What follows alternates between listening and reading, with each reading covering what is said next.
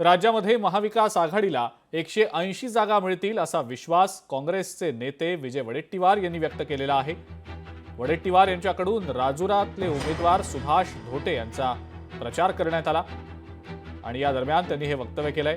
महायुतीच्या विरोधात महाराष्ट्रात प्रचंड राग असल्याचं वक्तव्य सुद्धा वडेट्टीवारांनी केलं।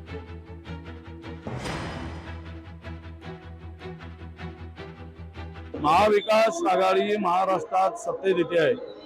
महाविकास आघाडीला प्रचंड शक्ती आणि ताकद विधानसभेमध्ये या निवडणुकामध्ये मिळते आहे। महायुती सरकारच्या विरुद्ध प्रचंड राग आणि संताप आहे।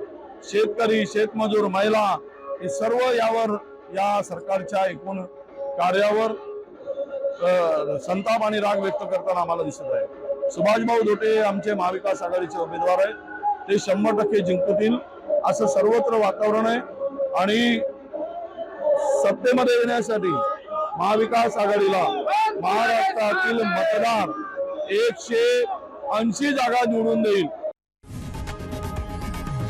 लोकशाही मराठी ऐका, पहा, जागरूक रहा।